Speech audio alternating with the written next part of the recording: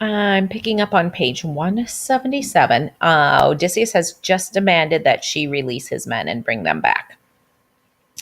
But Circe had already turned away, her long staff in her hand. She left the hall and opened up the sty. I saw her enter, driving those men turned swine to stand before me. She stroked them, each in turn, with some new chrism. Chrism is a mixture of oil and balsam. So she's a potion lady. And then behold, their bristles fell away. The coarse pelt grown upon them by her drug melted away, and they were men again, younger, more handsome, taller than before. Their eyes upon me, each one took my hands, and wild regret and longing pierced them through, so the room rang with sobs, and even Circe pitied that transformation. Exquisite the goddess looked as she stood near me, saying, Son of Laertes and the gods of old, Odysseus, master mariner and soldier, go to the sea beach and sea breasting ship, drag it ashore full length upon the land, stow gear and stores in rock holes under cover, return, be quick, bring all your dear companions. Now, being a man, I could not help consenting. So I went down to the sea beach and the ship, where I found all my other men on board, weeping in despair along the benches. Sometimes in farmyards, when the cows return well fed from pasture to the barn, one sees the pens give way before the calves in tumult, breaking through to cluster about their mothers, bumping together, bawling. This is the weirdest Homeric simile ever. He's basically comparing his sailors who were back at the ship to calves that come crashing to the barrier when the cows return to the barn, like they're eager to nurse. And so his men are trying to crash through barriers to see him. Very strange.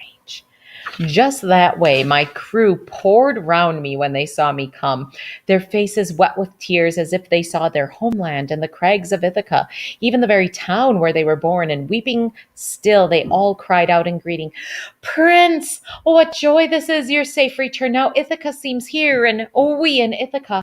But tell us now what death befell our friends. And speaking gently, I replied, First, we must get this ship high on the shingle and store our gear in stores in clefts of rock for cover. Then come, follow me to see your shipmates in the magic house of Circe, eating and drinking, endlessly regaled. They turned back, as commanded to this work. Only one lagged and tried to hold the others.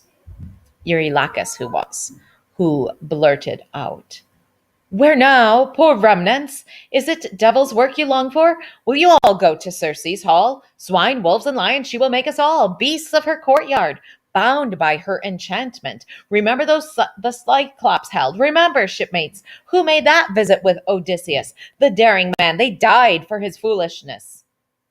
When I heard this, I had a mind to draw the blade that swung against my side and chop him, bowling his head upon the ground, kinsman or no kinsman, close to me though he was. But others came between, saying to stop me, Prince, we can leave him if you say the word. Let him stay here on guard. As for ourselves, show us the way to Circe's magic hall.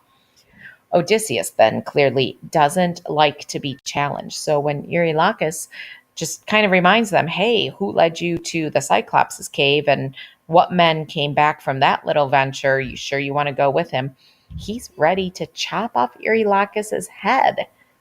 But men jump in and stop. So kind of interesting. We get a lot of character traits revealed here. Okay. Bottom of page 178. So all turned inland, leaving shore and ship, and Eurylochus, he too came on behind, fearing the rough edge of my tongue. Meanwhile, at Circe's hands, the rest were gently bathed, anointed with sweet oil, and dressed afresh in tunics and new cloaks with fleecy linings. We found them all at supper when we came, but greeting their old friends once more, the crew could not hold back their cruise. You know, for a rough and tough hero story, there was an awful lot of weeping and crying going on. And now again the rooms rang with sobs. Then Circe, loveliest of all immortals, came to counsel me. Son of Laertes and the gods of old, Odysseus, master, mariner, and soldier. Enough of weeping fits. I know, I too, what you endured upon the inhuman sea, what odds you met on land from hostile men. Remain with me and share my meat and wine. Restore behind your ribs those gallant hearts that served you in the old days, when you sailed from stony Ithaca. Now parched and spent, your cruel wandering is all you think of, never of joy after so many blows.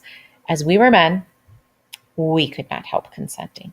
So day by day we lingered, feasting long on roasts and wine, until a year grew fat.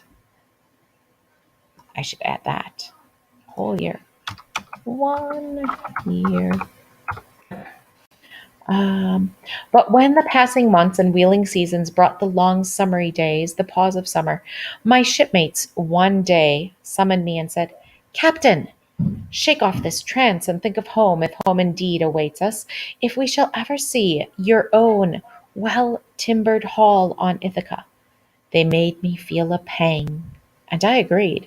That day and all day long, from dawn to sundown, we feasted on roast meat and ruddy wine, and after sunset, when the dusk came on, my men slept in the shadowy hall.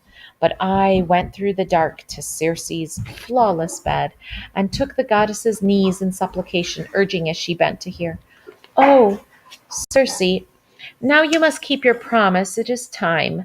Help me make sail for home. Day after day, my longing quickens, and my company give me no peace, but wear my heart away, pleading when you are not at hand to hear. The loveliest of goddesses replied, Son of Laertes and the gods of old, Odysseus, master, mariner, and soldier, you shall not stay here longer against your will, but home you may not go, unless you make a strange way round and come to the cold homes of Death and pale Persephone. You shall hear prophecy from the rapt shade of blind Tiresias of Thebes, forever charged with reason, even among the dead. To him alone of all the flitting ghosts, Persephone has given a mind undarkened. So basically, you can't go home till you go to the underworld. At this, I felt a weight like stone within me, and moaning pressed my length against the bed, with no desire to see the daylight more. But when I had wept and tossed, and had my fill of this despair, at last I answered her, Circe, who pilots me upon this journey, no man has ever sailed to the land of death. That loveliest of goddess replied, Son of Laertes and the gods of old, Odysseus, master of landways and seaways, feel no dismay because you lack a pilot. Only set up your mast and haul your canvas to the fresh blowing north. Sit down and steer and hold that wind even to the bourne of ocean. Persephone's deserted strand and grove, dusky with poplars and the drooping willow, run through the tide rip. Bring your ship to shore, land there, and find the crumbling homes of death. Here, toward the sorrowing water, run the streams of wailing, out of Styx and quenchless burning torrents that join in thunder at the rock.